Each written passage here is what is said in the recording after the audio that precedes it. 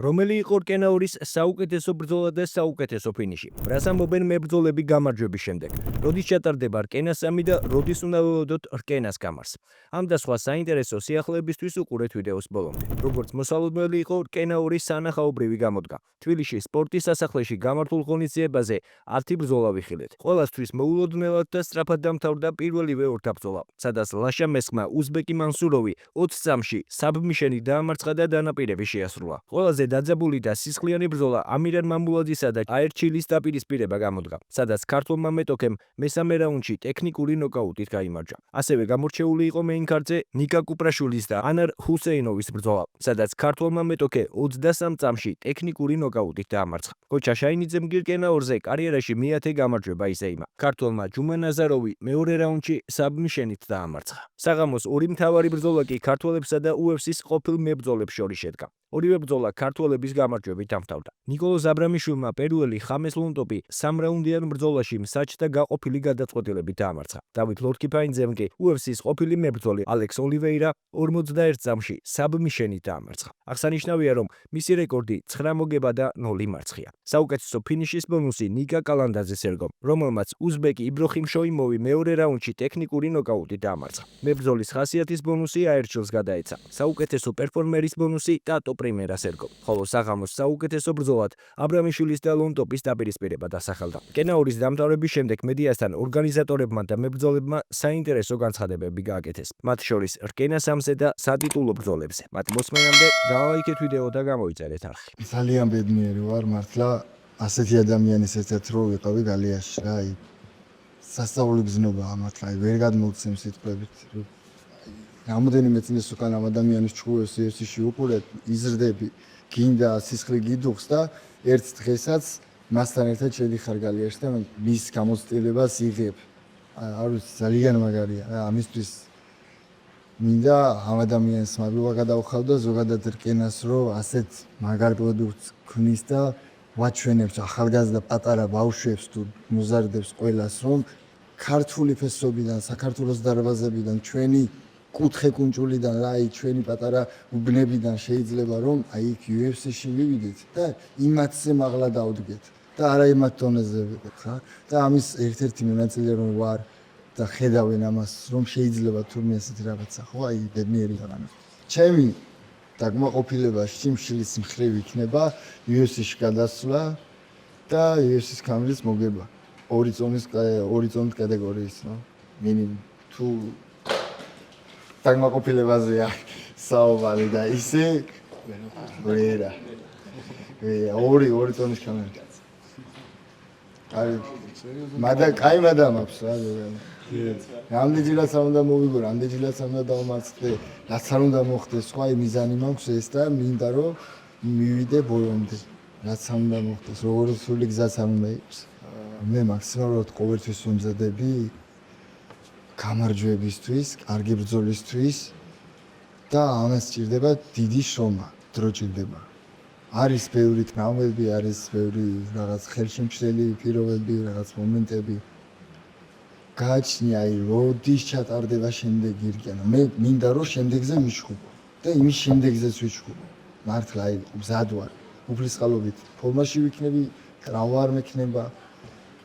სიამოვნებით ვიჩხუბებ შემდეგიაც.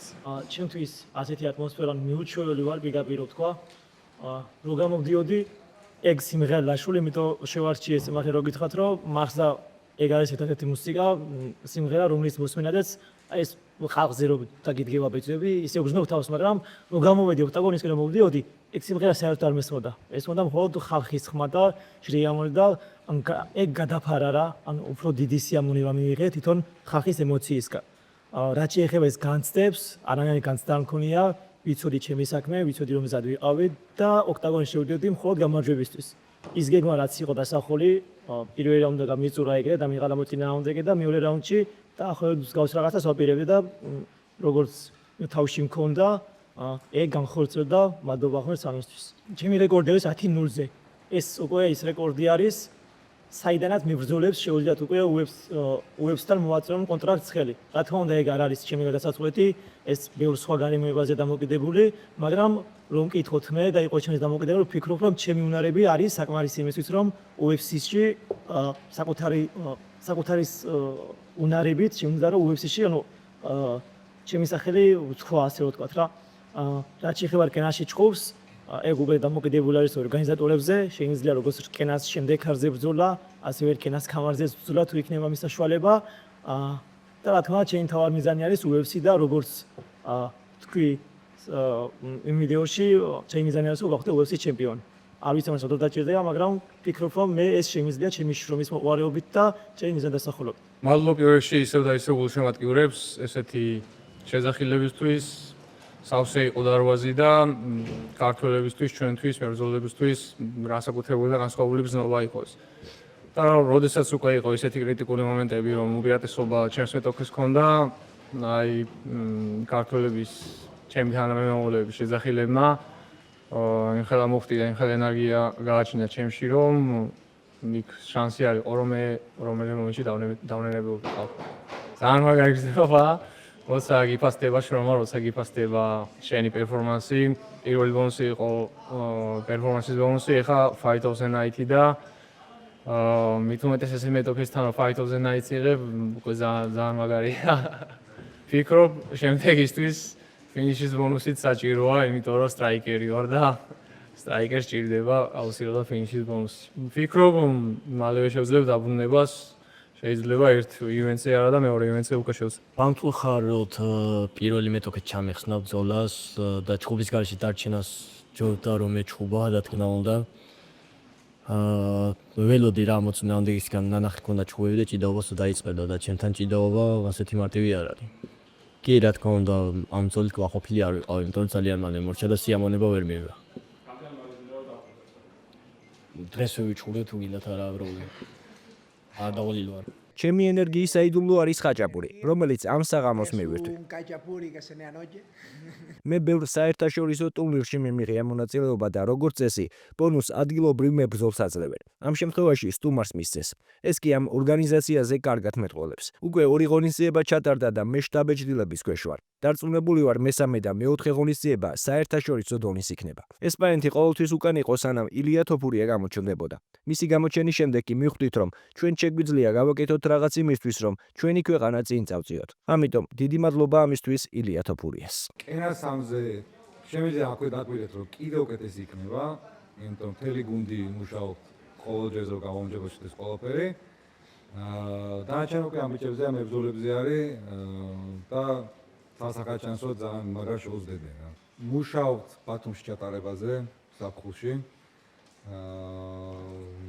და რა თქმა უნდა გვინდა ყველა რეგიონში გავიდეთ, რაც შეიძლება მეტ ადამიანს ჩაუტანოთ კენა.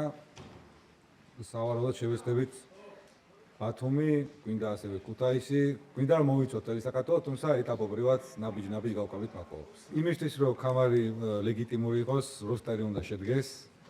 შესაბამისად ცოტა დროც კვადროეთ და აუცილებლად იქნება კამარზე ბრძოლებიც რა. ლაივის მიმდინარეობისას განსაკუთრებით main card-ი როგორც კი დაიწყო, უკვე მენეჯერებისგან შემოდიოდა სხვადასხვა request-ები, ასე ვთქვათ, რომ მოდი ამბის ეს ვაჩხუბოთ, ამბის ეს ვაჩხუბოთ და თან ისეთ სახელებზე საუბარი ეხლა ვერ გაგიმხელთ, მაგრამ ძალიან დიდ დარბაზებში რომ ვარჯიშობენ და დიდ ორგანიზაციებში რომ აქვს მონაწილეობა მიღებული. შესაბამისად, კენას სამისგან უფრო კიდევ უფრო მაგარ მაჩვენებს უნდა მოვიდეთ. რაც შეეხება კენას სამს ჩვენ როგორც თქვით, გვაქვს გეგმაში რომ კალენდარულ წელში გავაკეთოთ 5 ივენთი. შესაბამისად, დაახლოებით უნდა უწევდეს ალბათ ორ თვეში ან ორ თვე ნახევარში ზუსტ თარიღს ამას გააგებინებთ. აქვს თავისი მიზეზები, ჩვენ უკვე გვაქვს განხილული პოტენციური მეჩაპებით, პოტენციური ლოკაციაც და შესაბამისად ამას თავის დროზე უკვე იქნება შესაბამისი დისტრიბუცია და მოწოდება მაყურებლამდე. სატიტულო ბრძოლები ფიქრობ უკვე ნელ-ნელა იწყება დივიზიონების გამოკეთება. როგორც იყო მაგალითად ქვემს უბუქწონაში, როდესაც გიორგი ფოლადიშვილი ავიდა მარკო სარასი აგვისთან და ორი რკენას გამარჯვებული უკვე უპირისპირდება ერთმანეთს. ეს არ ვიცი რამდენად შედგება ეს უკვე ტექნიკური საკითხია, თუმცა მე ვფიქრობ, რომ ორი მებრძოლის მხრიდან უკვე გამოხატული არის ინტერესი დივიზიონში არიან უკვე მებრძოლები, რომლებიც უკვე რკენაში აქვთ ბრძოლები ჩატარებული და შესაბამისად ლეგიტიმურია, რომ უწოდოთ, რომ რაღაცა დივიზიონს ვაწარმოებთ. არ ვიცი, ალბათ გიორგის ისაუბრებდა ამაზე, რომ ჩვენ რო უკვე ქამარზე დავიწყოთ საუბარი, უნდა არსებობდეს კონკრეტული დივიზიონები, არსებობდეს კონკრეტული კონკურენცია და კონკურენტები ერთმანეთს შორის დაპირისპირებული მხარეები, რომლებიც იქნებიან კენას დივიზიონების მებრძოლები. ხოლო ამის შემდეგ შეგვიძლია დავიწყოთ, მაგრამ არ ვიცი, შეიძლება წლის ბოლოსაც მოხდეს ეს. მოკლედ, როგორც მოისმინეთ, რკენა მესამე ივენთით მალე დაბრუნდება. თქვენ კი დაწერეთ კომენტარებში, რომელი მებრძოლის ხილვას ისურვებდით რკენა 3-ზე. და რა თქმა უნდა, თუ დაგავიწყდეთ, დალაიქეთ ვიდეო და გამოიწერეთ არხი, რომ არ გამოგჩეთ შემდგომი საინტერესო სიახლეები.